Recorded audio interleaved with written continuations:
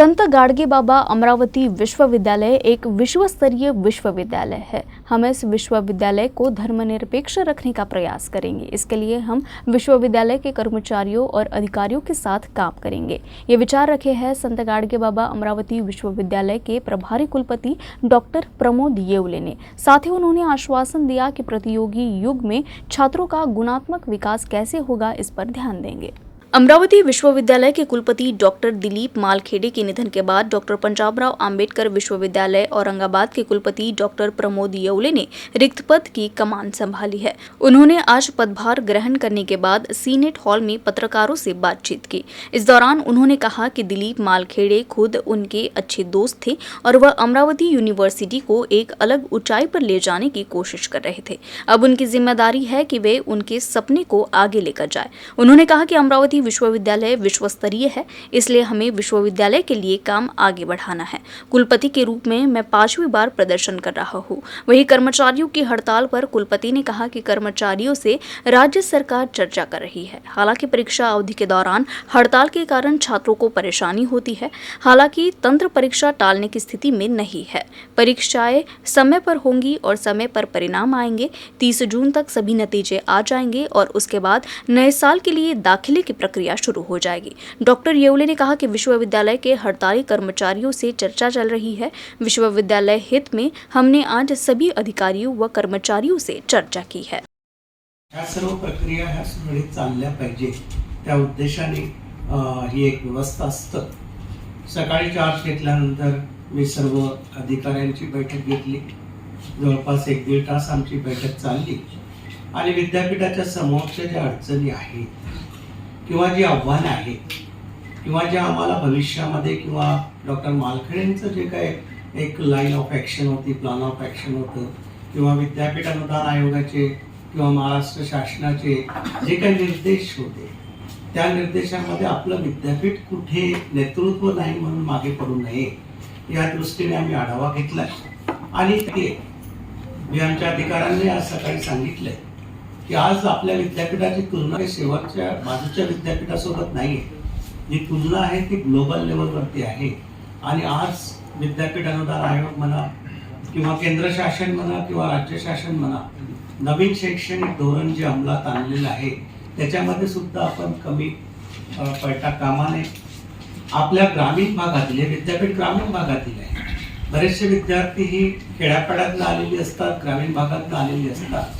आपला हा ग्रामीण भागातील विद्यार्थी आजच्या या स्पर्धात्मक युगामध्ये गुणात्मक दृष्ट्या कुठे मागे पडू नये हीच आपली एक योजना असावी आणि एक केंद्रबिंदू हा आमचा विद्यार्थी आहे।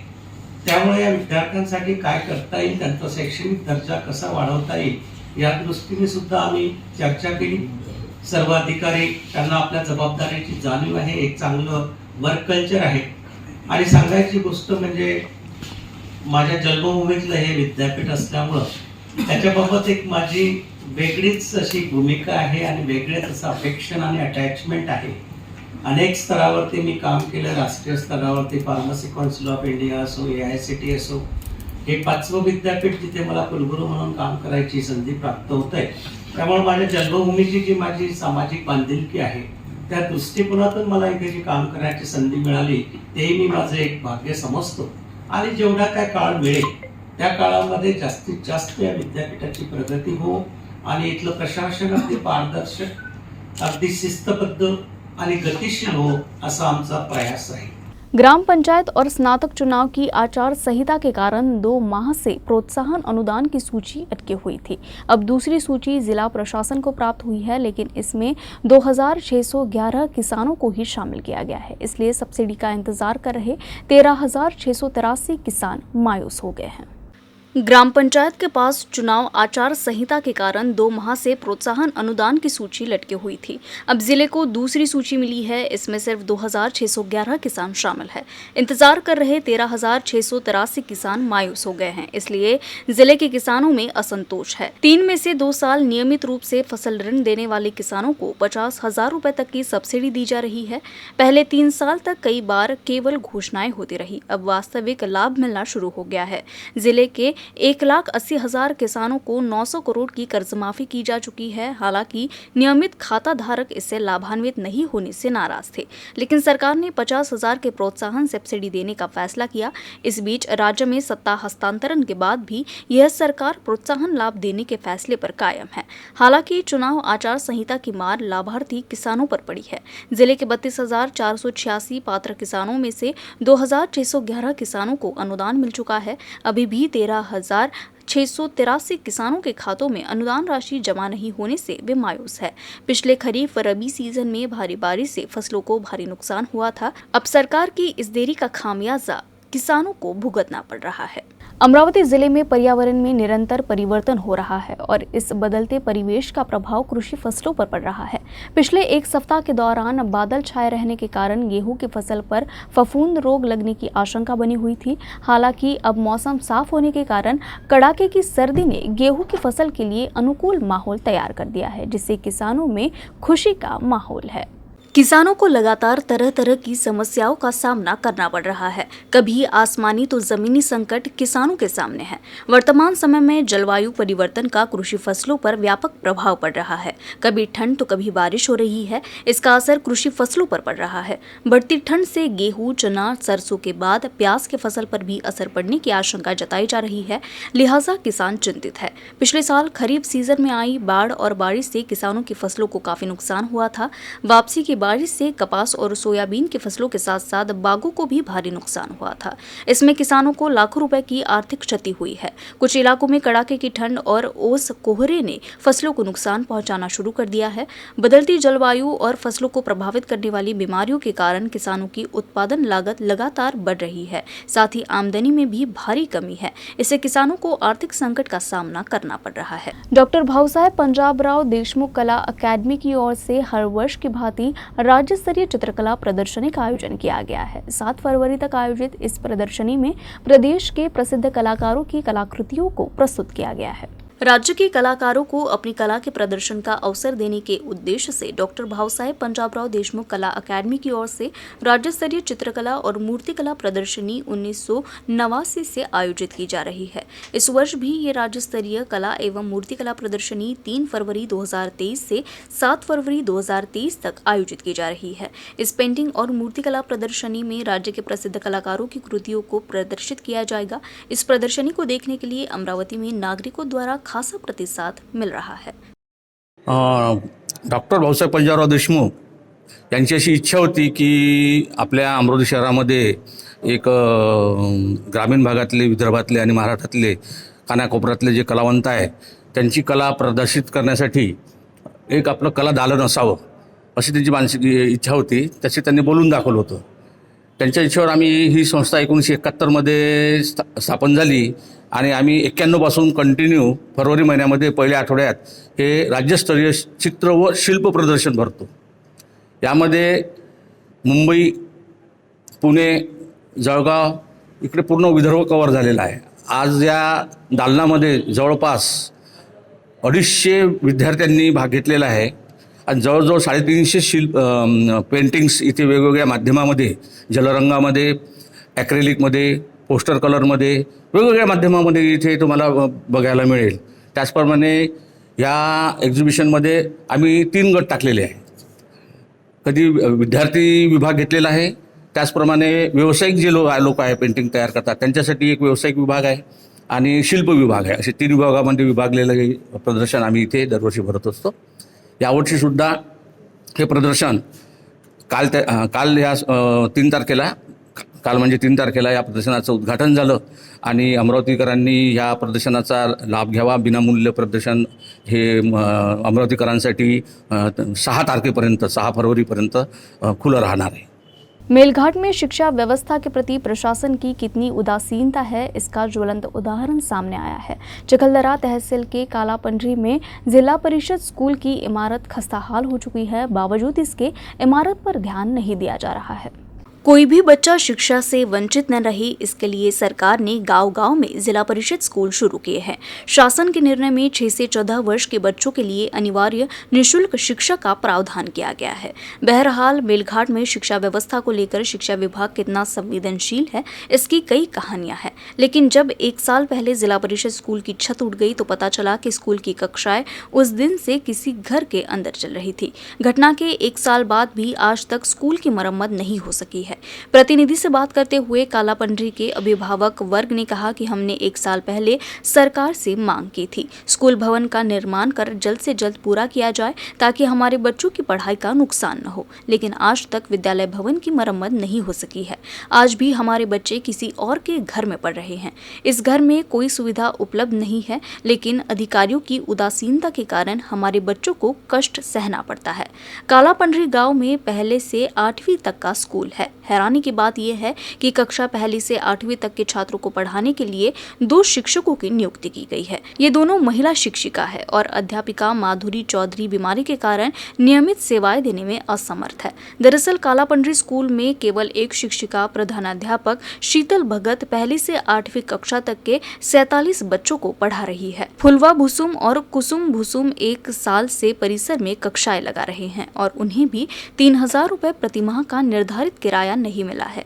मेलघाट के आदिवासी बच्चों पर कई गंभीर संकट आ पड़े हैं, जिसमें जिला परिषद शिक्षा विभाग की घोर उपेक्षा से आदिवासी बच्चों का भविष्य अंधकार में हो गया है। अमरावती शहर के शेगांव नाका स्थित इंजीनियर भवन में राज्य स्तरीय राष्ट्रसंत श्री तुकडोजी महाराज विचार साहित्य सम्मेलन का उद्घाटन किया गया।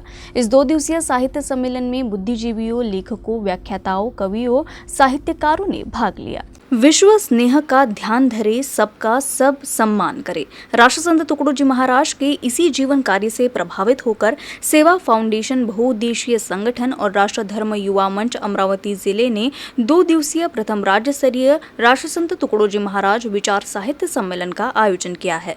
अध्यक्ष के रूप में आचार्य हरिभाऊ वेरुलकर गुरुजी उपस्थित थे और उद्घाटक के रूप में डॉक्टर सुभाष सावरकर उपस्थित थे। साथ ही स्वागत अध्यक्ष के रूप में मराठा सेवा संघ के महासचिव मधुकर राव महकारे मौजूद थे। प्रथम राज्य स्तरीय विचार साहित्य सम्मेलन के अवसर पर शनिवार को इंजीनियर भवन से गाड़गेनगर, पंचवटी चौक, शेगांव नाका तक भव्य यात्रा निकाली गई। पालकी में राष्ट्रसंत तुकडोजी महाराज की ग्राम गीता को विराजित किया गया। कार्यक्रम की शुरुआत अतिथियों द्वारा दीप प्रज्वलन एवं महानायकों के चित्र पर माल्यार्पण के बाद हुई। इस अवसर पर सभी अतिथियों का राष्ट्र धर्म युवा मंच एवं सेवा फाउंडेशन बहुउद्देशीय संगठन के सभी सदस्यों एवं पदाधिकारियों द्वारा स्वागत किया गया। सबसे पहले स्नेह सम्मेलन गीत से कार्यक्रम की शुरुआत हुई। इस 2 दिवसीय कार्यक्रम के तहत राष्ट्रसंत तुकडोजी महाराज के अनुयायियों के लिए कई कार्यक्रम आयोजित किए जाते हैं, जिनमें खुला साक्षात्कार, सामुदायिक प्रार्थना और चिंतन संगोष्ठी आदि शामिल है। राज्य स्तरीय खेलकूद और सांस्कृतिक प्रतियोगिता 2022-23 का आयोजन महाराष्ट्र सरकार भू अभिलेख विभाग द्वारा किया गया है। प्रतियोगिता का उद्घाटन अमरावती के हनुमान व्यायाम प्रसार मंडल में किया गया। सर्वप्रथम अतिथियों के हाथों छत्रपति शिवाजी महाराज के चित्र पर माल्यार्पण कर कार्यक्रम प्रारंभ हुआ। इस बीच अमरावती, पुणे, औरंगाबाद, नागपुर, नासिक, कोकण मंडल के अधिकारियों और कर्मचारियों द्वारा प्रस्तुत पथ संचालन प्रतियोगिता का मुख्य आकर्षण रहा। उपनिदेशक भू अभिलेख अमरावती विलास शिरोलकर ने अपने प्रस्तुतिकरण के दौरान राज्य स्तरीय खेलकूद एवं सांस्कृतिक प्रतियोगिताओं के आयोजन के संबंध में जानकारी दी। इस दौरान उन्होंने कहा कि गुणवत्तापूर्ण खेलों का प्रदर्शन करते हुए और जन्मजात खेल भावना का प्रदर्शन करते हुए सभी को सामूहिक रूप से खेल भावना का विकास करना चाहिए। साथ ही टीम प्रदर्शन के बल पर समग्र विकास की ओर बढ़ते हुए धैर्य, समरसता, शिष्टाचार, सहयोग, समन्वय के 5 सिद्धांतों को अपनाना चाहिए। इसके लिए सभी मेहमानों के सामने संकल्प लेते और अनोखा संदेश देते नजर आए। अमरावती शहर के जीवन ज्योति, चैतन्य, किरण नगर, प्रभा कॉलोनी से दस्तूर नगर चौक तक किसी भी तरह की शराब की बिक्री की अनुमति नहीं देने के लिए स्थानीय नागरिकों ने प्रशासन से मांग की है। वहीं अनुमति मिलने पर नागरिकों ने उग्र आंदोलन की चेतावनी दी है। निवेदन के अनुसार जायसवाल का जीवन ज्योति कॉलोनी स्थित प्लॉट नंबर 11 में एक हिस्सा है। उस जगह पर निर्माण किया गया है। निवेदन में कहा गया है कि इस स्थान पर चिल्लर शराब की दुकान शुरू होने की राह पर है। शुरुआत में इस क्षेत्र में शराब की दुकानें, बार की दुकानें खोली गई है तो क्षेत्रवासियों के लिए पहले से ही परेशानी बनी हुई है। इस क्षेत्र में एक नागरिक बस्ती है। इसके अलावा इस क्षेत्र में एक स्कूल, कॉलेज, छात्रावास भी है। पिछले 2-3 साल से हत्या जैसे अपराध की घटनाएं हो रही है। भय है कि शराब की बिक्री फिर से शुरू होने से क्षेत्र में अपराध का ग्राफ बढ़ेगा। इसलिए क्षेत्र के नागरिकों ने मांग की है कि 1 से 1.5 किलोमीटर के क्षेत्र में नए सिरे से शुरू की गई शराब की बिक्री की अनुमति नहीं दी जानी चाहिए। अमरावती विभाग स्नातक निर्वाचन क्षेत्र के चुनाव में विजयी रहे महाविकास आघाड़ी के प्रत्याशी धीरज लिंगाड़े बुल्ढाना पहुंचे, जहां उनका जोरदार स्वागत किया गया। इस दौरान नवनिर्वाचित विधायक धीरज लिंगाड़े ने बुल्ढाना में एक सनसनीखेज खुलासा करते हुए कहा कि भाजपा प्रत्याशी डॉक्टर रंजीत पाटिल ने अवैध मतों की दोबारा गिनती की मांग की। उस वक्त मेरे पास प्रदेश अध्यक्ष नाना पटोले का फोन आया कि बीजेपी चुनाव आयोग के अधिकारियों पर दबाव में है और उन्हें किसी भी सूरत में काउंटिंग टेबल से बाहर नहीं जाने का आदेश दिया। उसके बाद मैंने मांग की कि केवल 10 टेबल पर दोबारा गिनती की जाए और मैं वहां 3 घंटे तक रहा, जहां 10 टेबल पर ही दोबारा गिनती की गई और फिर सब कुछ सुचारू रूप से चला। लिंगाड़े ने शनिवार को बुल्ढाना शहर आगमन पर विजय जुलूस निकाला गया। इसके बाद शाम तक चले सम्मान समारोह के अंत में विधायक लिंगाड़े ने अपने विचार व्यक्त करते हुए सनसनी मचा दी। मंच पर पूर्व मंत्री व विधायक राजेंद्र सिंह ने, पूर्व विधायक राहुल बोंद्रे सहित बड़ी संख्या में महाविकास आघाड़ी के नेता व जिले के पदाधिकारी मौजूद रहे। काउंटिंग सुरू होती, आपण राउंड मध्ये समोर होतो, त्या ठिकाणी रात्री 8-8:30 वाजता डॉक्टर रणजित पाटील हॉलमध्ये आले आणि 8,500 मतदानाचा इनव्हॅलिड मतदान होतं, ते मतदान परत रिचेकिंग करण्याची त्या ठिकाणी त्यांनी मागणी केली। मी होतो, आमचे सगळे सहकारी हॉलमध्ये होतो। त्यांनी जेव्हा ही मागणी केली मी काही बोललो नाही, मी ऐकत होतो। म्हणजे ठीक आहे, त्यांनी हे म्हणतात अधिकारी लगेच त्या ठिकाणी तयार झाले की ठीक आहे, पहिला राऊंड हा रिचेकिंगचा होईल। मलाही फोन आला, मला नाना भाऊंचा फोन आला आणि नाना भाऊंनी सांगितलं की धीरज काहीही झालं तर आता हॉलच्या बाहेर जायचं नाही आणि टेबल सोडायचे नाही। बुल्ढाना जिले के खामगांव मार्ग पर एसटी बस दुर्घटनाग्रस्त हो गई। इस घटना में 20 यात्री घायल हो गए। गनीमत रही कि कोई जनहानि नहीं हुई। खामगांव की ओर से आ रही एसटी बस दुर्घटनाग्रस्त हो जाने से 20 यात्री घायल हो गए। खामगांव डेपो की एसटी बस यात्रियों को लेकर महकर से खामगांव आ रही थी। इसी दौरान पाथरडी घाट पर तेज रफ्तार बस सड़क किनारे पेड़ से जा टकराई। इस हादसे में चालक, परिचालक समेत 20 से 25 यात्री घायल हो गए हैं। स्थानीय लोगों ने सभी यात्रियों को बस से बाहर निकाला और घायलों को उपचार के लिए अस्पताल पहुंचाया। सिटी कोतवाली पुलिस ने अकोला शहर के रेलवे थाना परिसर से 3 दुपहिया वाहन चोरों को गिरफ्तार करने में सफलता हासिल की है। पुलिस ने सीसीटीवी कैमरों के आधार पर चोरों का पता लगाया और उन्हें गिरफ्तार कर लिया। अज्ञात चोरों ने मूर्तिजापुर शहर के वृंदावन नगर स्थित शॉपिंग कॉम्प्लेक्स में John Deere tractor showroom, motor rewinding नामक एक बिजली की दुकान और विपुल उमाले के घर में रहने वाले पुलिसकर्मी मंगेश सुले के घर से भी चोरी की। मौके पर पहुंची शहर पुलिस ने पंचनामा व आगे की कार्रवाई शुरू कर दी है। शहर में चोरों का बोलबाला हो गया है, जिससे मूर्तिजापुर तहसील का पुलिस प्रशासन बैकफुट पर आ गया है, ऐसी चर्चाएं चल रही है। अमरावती बुलेटिन में फिलहाल के लिए बस इतना ही। खबरों का सिलसिला यूं ही जारी रहेगा। देखते रहिए यूसीएन न्यूज़।